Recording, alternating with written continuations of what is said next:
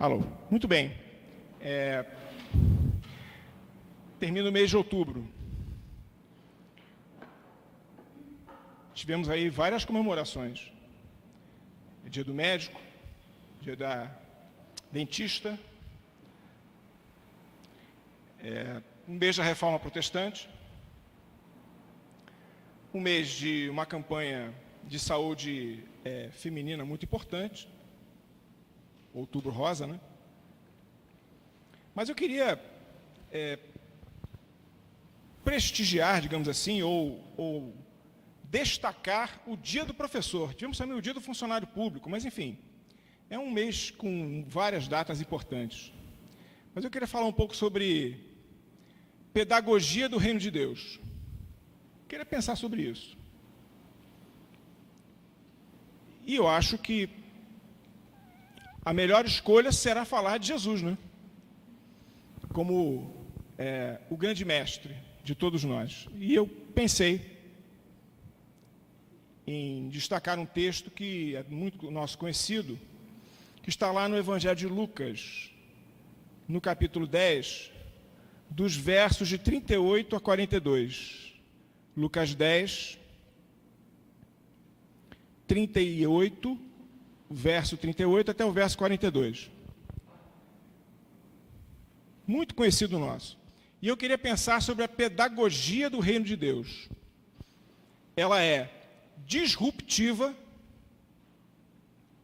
ela é transformadora e ela é militante. Ela é disruptiva, ela é transformadora e ela é militante. A pedagogia do Reino de Deus. Vamos ler a palavra do Senhor? Eu vou fazer a leitura, eu peço que a igreja acompanhe. Indo eles de caminho, entrou Jesus num povoado e certa mulher chamada Marta hospedou na sua casa.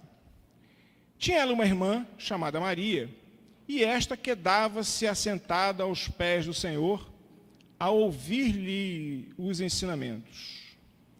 Marta agitava-se de um lado para o outro, ocupada em muitos serviços. Então, se aproximou de Jesus e disse: Senhor, não te importas de que minha irmã tenha deixado que eu fique a servir sozinha? Ordena-lhe, pois, que venha ajudar-me. Respondeu-lhe o Senhor: Marta, Marta, andas inquieta e te preocupas com muitas coisas. Entretanto, pouco é necessário, ou mesmo uma só coisa. Maria, pois, escolheu a boa parte, e esta não lhe será tirada. Amém? A pedagogia do Reino de Deus. O texto, meus irmãos, por ele ser conhecido, ele tem um desafio adicional, porque parece, não sei se você tem essa percepção, que quando nós lemos o que já lemos e já ouvimos, parece que os nossos olhos ficam um pouco preguiçosos. E nós começamos a ler o texto já com um contexto que já ouvimos em outras oportunidades. Não há, em princípio, nada de ruim, mas eu queria que você refletisse comigo nessa dinâmica da pedagogia do Reino de Deus, em alguns detalhes, em algumas nuances que estão aí no texto. Por isso, eu peço com muito carinho, muita gentileza, que você permaneça com a palavra do Senhor aberta. Vejam, minhas irmãs e meus irmãos, diz o texto: indo eles de caminho. Quem é que estava indo de caminho? Quem eram eles? Quem eram eles? Quem é que estava indo de caminho com Jesus? Bom, talvez, não sei se essa é a sua impressão, não parece exagerado imaginar que Jesus estivesse caminhando com seus discípulos, pelo menos os 12 apóstolos. Eu acho que não está dito, mas parece que não é desarrazoado pensar dessa maneira. Alguns comentaristas dizem que também outras pessoas poderiam estar caminhando com Jesus. Era muito comum que isso acontecesse. Mas, indo eles de caminho, Jesus e os seus discípulos, entrou Jesus no povoado. Aliás, o Evangelho de Lucas ele é permeado dessas referências. Jesus está andando, Jesus está entrando nas cidades, saindo das cidades, indo aos povoados, saindo deles. O Evangelho de Lucas narra um Jesus que vai ao encontro das pessoas, nas grandes metrópoles e nos pequenos povoados. Aqui,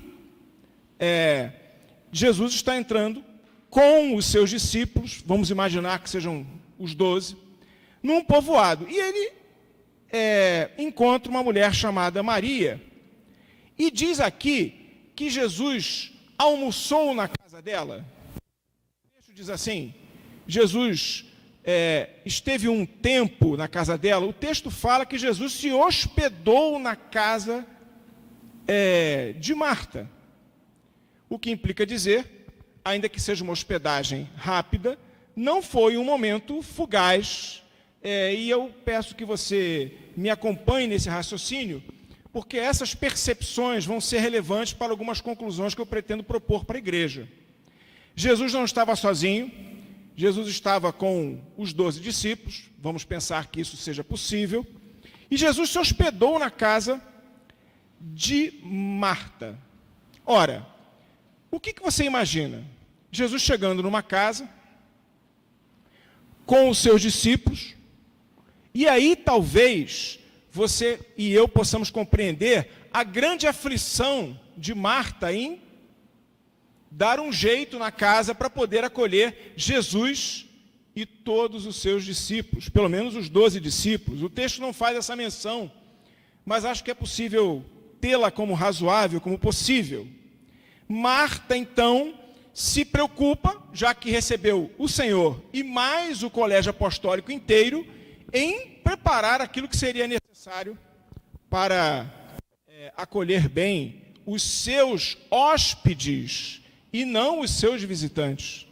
Trata-se aqui de uma hospedagem, o texto não diz o tempo, mas é o que temos diante de nós. E sabe, meus irmãos e minhas irmãs, nesse ambiente todo, você sabe, porque o texto ele foca em 3 personagens. Maria, irmã de Marta. Marta, segundo o texto diz, dona da casa. A gente não pode dizer que Maria também era dona da casa. Enfim, o texto fala que Marta era dona da casa. Jesus, os discípulos ficam à láteri desse encontro. Quando essa realidade se estabelece, Marta, minhas irmãs e meus irmãos, fica preocupadíssima no que fazer para atender aquele encontro que não estava planejado e com aqueles hóspedes todos que ela estava recebendo. E é interessante, e todos nós sabemos disso, o texto é conhecido, que a sua irmã Maria estava assentada aos pés do Senhor. E eu queria extrair 2 lições dessa postura, que pode parecer uma postura banal, alguma coisa sem sentido, mas ela tem muito significado. Primeiro eu queria dizer para os irmãos e para as irmãs que Jesus estava atuando aqui como um grande mestre, como um grande rabi. Notem, aqueles discípulos todos aos pés de Jesus. Jesus ensinando na casa de Marta. Eis que aparece Maria sentada junto com eles. Ah, meus irmãos, esse problema é um problema muito sério. Porque mulher sentada aos pés de um rabi não é fácil. Mulher sentada junto com o colégio apostólico, eu fico imaginando qual seria a reação dos apóstolos quando Maria sentou-se junto com eles aos pés do Senhor para poder ouvir aqueles ensinamentos. Qual teria sido, meus irmãos, a reação dos discípulos? O que eles acharam? quando Maria se acomodou ali aos pés do Senhor, junto com eles, e Jesus ensinando. Os irmãos sabem, e todos nós sabemos, como era a questão do machismo naquela época. No primeiro templo, no templo de Salomão, as mulheres ficavam num andar separado. Os homens ficavam no local onde o templo, onde o culto era celebrado. Hoje em dia, nas sinagogas, quem já teve essa experiência, existe um véu, uma toalha, às vezes um muro separando os homens das mulheres. Porque o culto não pode ser feito... Ora, eu estava vendo na internet, não sei quantos tiveram essa curiosidade, existem um grupo de mulheres do Muro das Lamentações. Elas querem ter a condição de ir ao Muro das Lamentações, fazer as suas orações, mas não podem. Só podem fazer oração em silêncio, porque oração em voz alta só os homens podem fazer. E vejam, elas não estão querendo orar junto com os homens, porque isso é impossível, nem elas querem isso, porque sabem que é impossível. Uma sociedade, meus irmãos, onde nós encontramos esse tipo de perspectiva, eu queria saber como é que os discípulos reagiram, de uma mulher sentada junto deles. Não sei. O texto não diz. Mas eu queria fazer uma pergunta para você. A pergunta que eu fiz para mim. Se eu não sei qual é a postura dos discípulos, não dá para saber, admitindo que eles estivessem ali, eu fico pensando, como é que nós, Igreja Presbiteriana do Brasil e Igreja Presbiteriana de Botafogo, iríamos reagir se uma mulher estivesse na junta diaconal? Eu queria saber.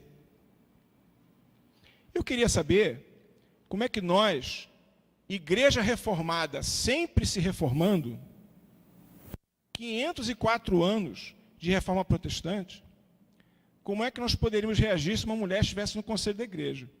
Ou se uma mulher fosse pastora? Ou se tivesse uma mulher presidente do Supremo Concílio? É muito fácil nós criticarmos aquela postura eventualmente comum que os discípulos poderiam ter assumido. Eu não sei. Mas eu queria saber, meus irmãos, se a igreja reformada, sempre se reformando, ela está sendo disruptiva na perspectiva de Jesus. É verdade, meus irmãos. Nós estamos aqui no dia 30 de outubro celebrando a Reforma Protestante. É preciso que nós aprendamos, não como organismo, mas como organização, que não há acepção de pessoas. O desafio, meus irmãos, é grande. E eu sei que essa minha palavra, ela cria eventualmente alguma dificuldade. Mas eu fico pensando, meus irmãos, que Jesus estava ali pregando, ensinando, mostrando que a pedagogia do reino de Deus exige disrupção. Hoje, como nós falamos de disrupção, mas existe... Até o microfone...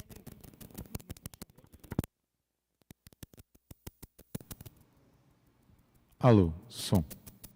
Obrigado. O que exige, meus irmãos da igreja, que o organismo esteja junto da organização.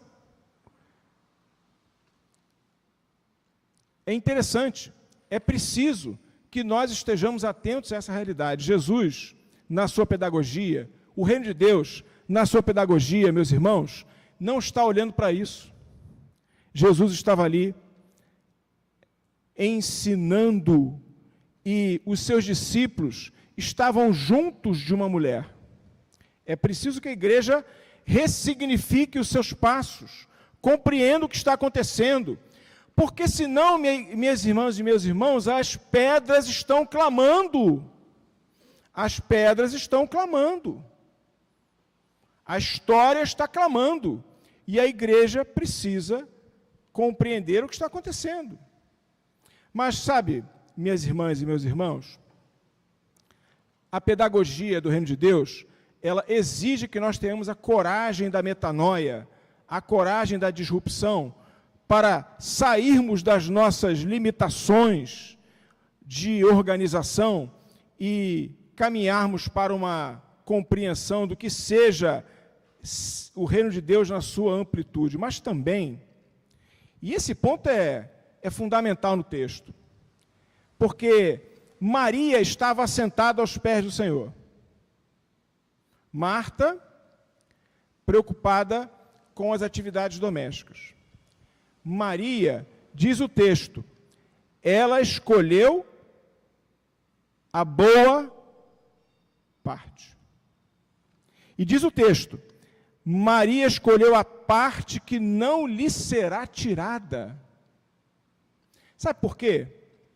Porque enquanto Marta, sua irmã, estava fazendo aquilo que ela aprendeu a fazer, ela estava envolvida com os trabalhos domésticos, Maria, meus irmãos, estava sentada ao pé do Senhor, assumindo a condição de discípula do Senhor.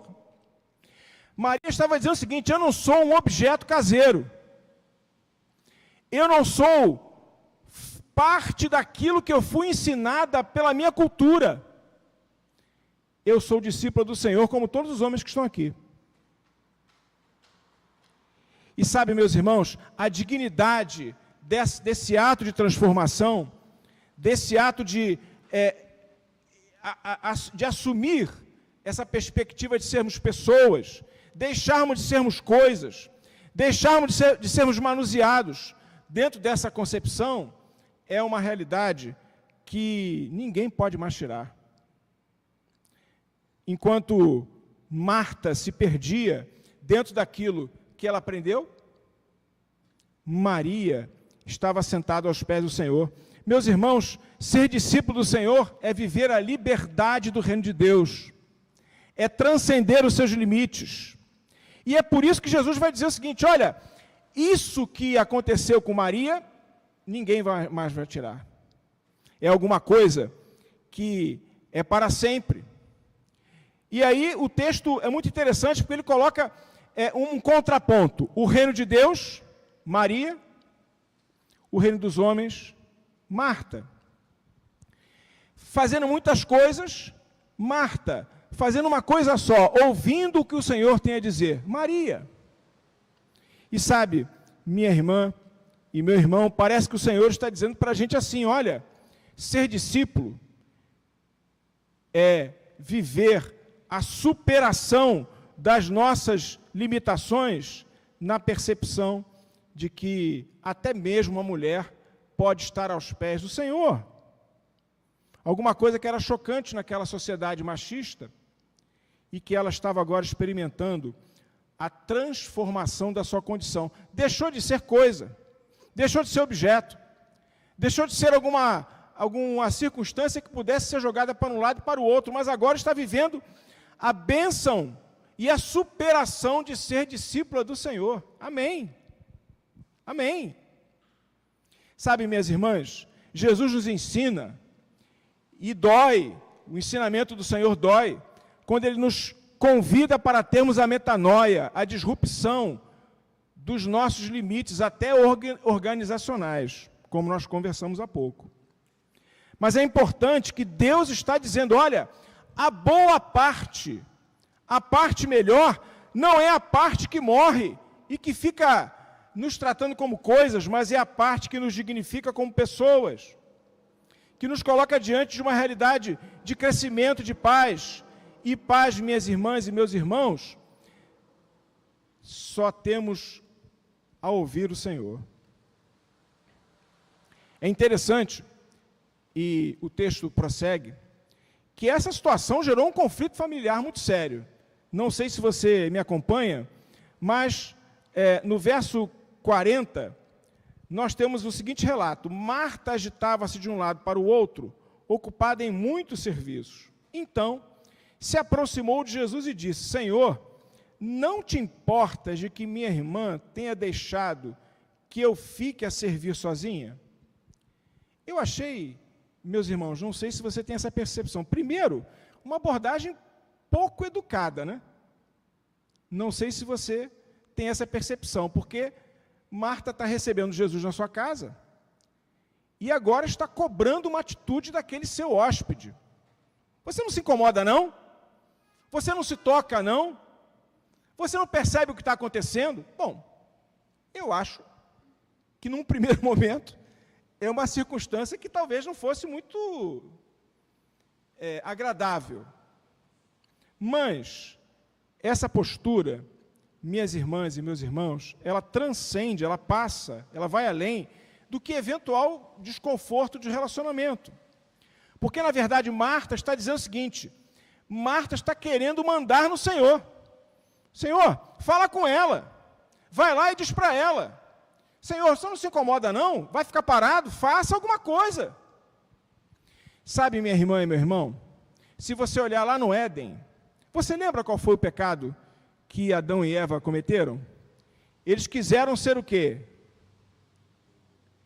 Iguais a Deus. E hoje, nós estamos querendo não sermos iguais a Deus. Nós queremos mandar em Deus, queremos ser mais do que Ele. Queremos que Ele atenda os nossos caprichos, as nossas visões, os nossos quereres, a nossa vontade, o que nós queremos. Senhor, faz alguma coisa. Vai ficar parado aí? Fala com ela.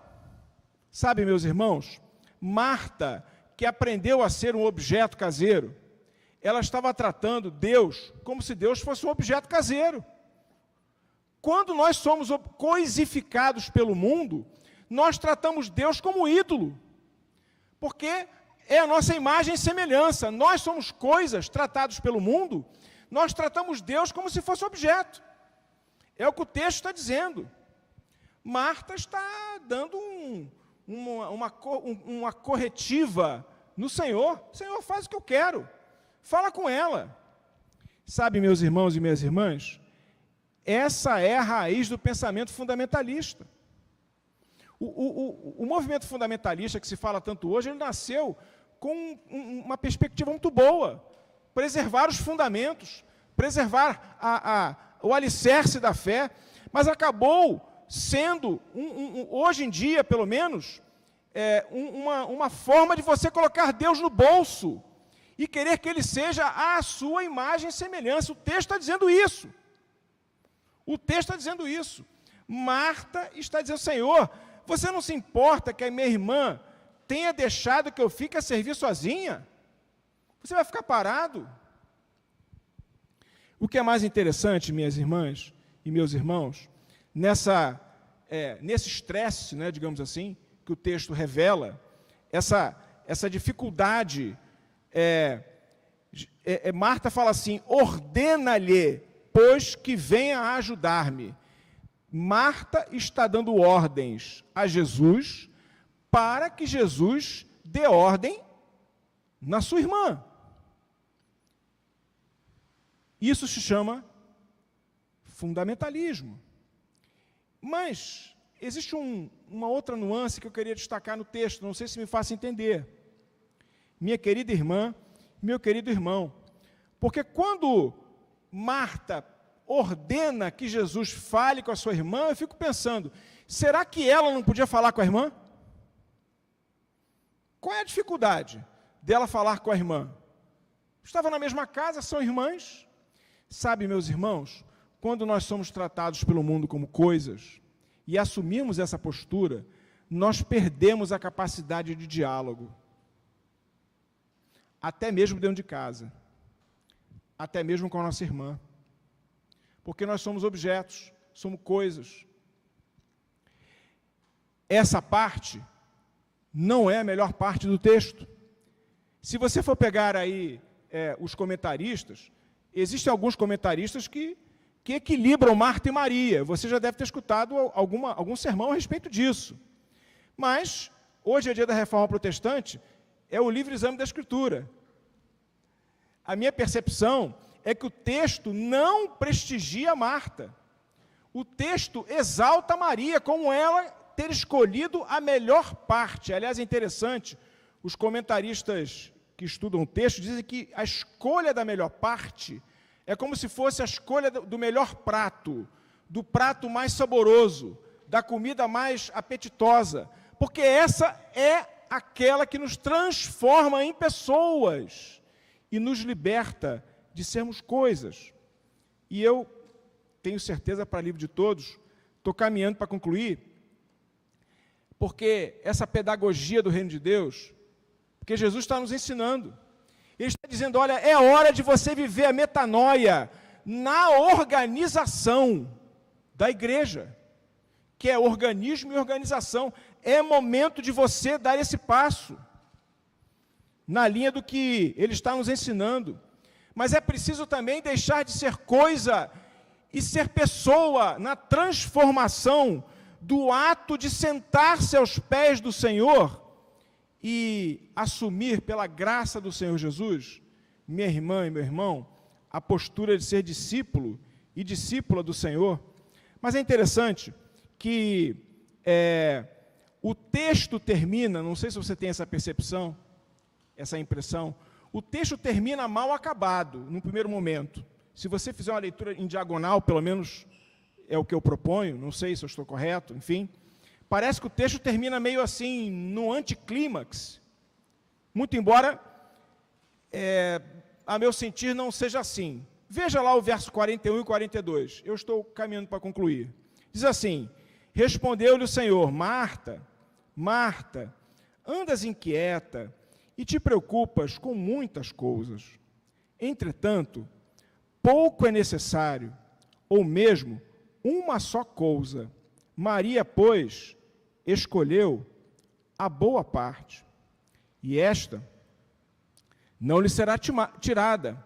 O reino de Deus, ele é disruptivo, a pedagogia do reino de Deus, ela é transformadora, nos transforma de coisas em pessoas, mas ela é militante. Meus irmãos, esse texto é lindo, porque no final do texto, depois que Marta quis mandar no Senhor, não é verdade?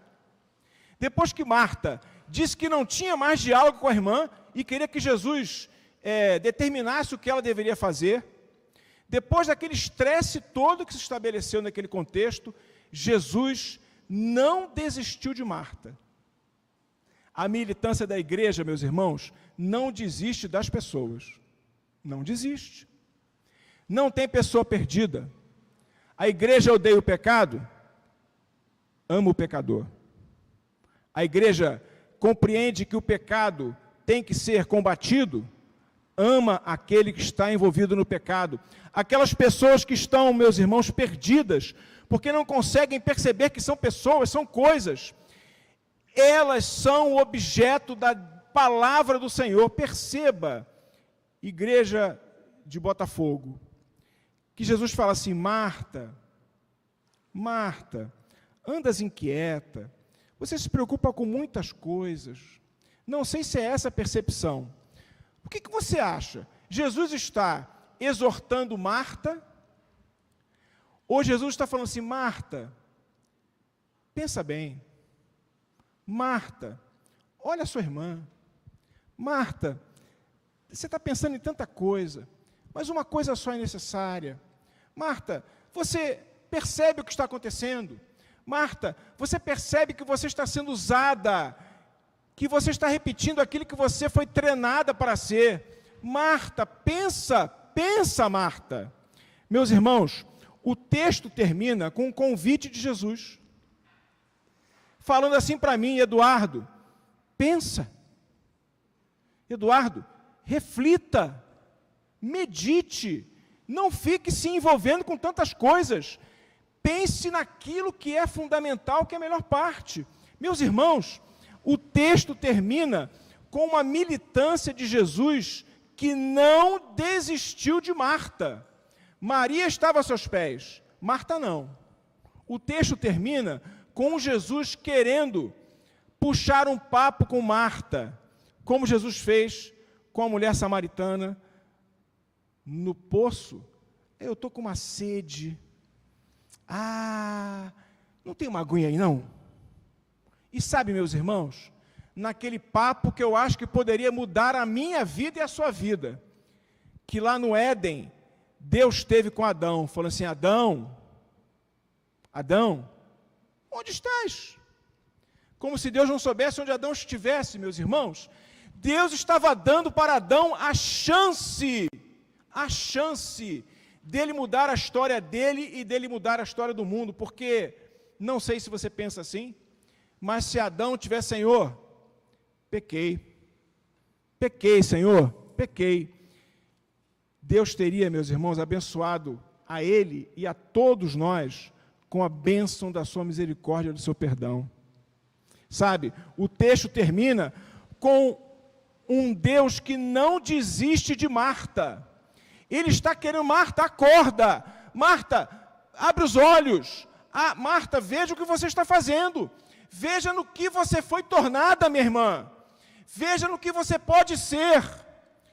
A pedagogia do reino de Deus, meus irmãos, é uma pedagogia militante, porque a igreja não desiste de salvar as pessoas. Amém? A igreja não desiste. A igreja, meus irmãos, ela é imperfeita. Daí precisamos ter uma igreja onde o organismo esteja afinado com a organização na proposta pedagógica do reino de Deus. É verdade. É verdade. Temos uma igreja que, ao ouvir a mensagem do mestre, ela pode transcender e deixar de ser objeto e ser pessoa aos pés do Senhor, na assunção do discipulado, mesmo sendo mulher. Sim, é verdade, é verdade. Mas também, meus irmãos, a igreja do Senhor não desiste de tentar salvar as pessoas, ainda que elas estejam tratando o Senhor como se fosse um objeto, querendo dar ordens nele e querendo que ele seja um opressor da própria irmã, fazendo com que o Senhor ordenasse o que ela deveria fazer. Eu queria concluir, de fato, dizendo o seguinte, meus irmãos, esse sermão, eu preguei ele aqui na igreja, num culto à noite. Eu era candidato ao Sagrado Ministério pela Igreja Presbiteriana de Botafogo. Eu me lembro que naquela noite chovia bastante. Eu tentei fazer um cálculo, com margem de erro para mais e para menos. Esse sermão deve ter 25 anos. Um pouco mais, talvez. E, meus irmãos, há 25 anos atrás, eu tenho a mesma fé deste momento. Deste momento. Porque creio que nós podemos aprender com o Senhor com humildade. Porque se a nossa organização precisa ser reformada, nós não estamos aqui dispostos a abandoná-la, nós queremos contribuir. Meus irmãos, reforma protestante, que hoje nós estamos aqui comemorando, uma igreja reformada sempre se reformando, é uma igreja que busca na palavra de Deus as referências pedagógicas da postura do Senhor para ser melhor sal da terra e melhor luz do mundo. E eu estou, como estava 25 anos atrás, disposto a esse ministério. Sabe, meus irmãos, há 25 anos atrás, eu preguei aqui dizendo que é preciso que nós sejamos discípulos do Senhor, deixando de sermos objeto e sermos pessoas. E há 25 anos atrás, meus irmãos, quando eu estava aqui pregando esta mensagem, como candidato ao Sagrado Ministério, eu creio que a igreja do Senhor não desiste, porque essa é a sua militância de salvar pessoas, ainda que elas eventualmente não queiram ser salvas, como Marta estava ali perdida. No fundo, e com isso eu termino, nós precisamos fazer como a música de Milton Nascimento. Nós precisamos ter o coração de estudante para aprender com o Senhor Jesus. E como dizia uma canção da minha época também, acho que da época do reverendo Cid, não sei, do Beto Guedes, a lição nós sabemos de cor, só nos resta aprender. O que ele está dizendo é que isso tudo nós sabemos de cor. O que Deus quer de todos nós é que nós possamos aprender, abrindo o nosso coração, para que o Senhor possa atuar nele e que nós possamos, irmãos, nessa dinâmica, sermos sal da terra e luz do mundo. Que Deus assim nos abençoe e nos dê humildade para refletir aquilo que Deus nos trouxe nessa noite. Amém.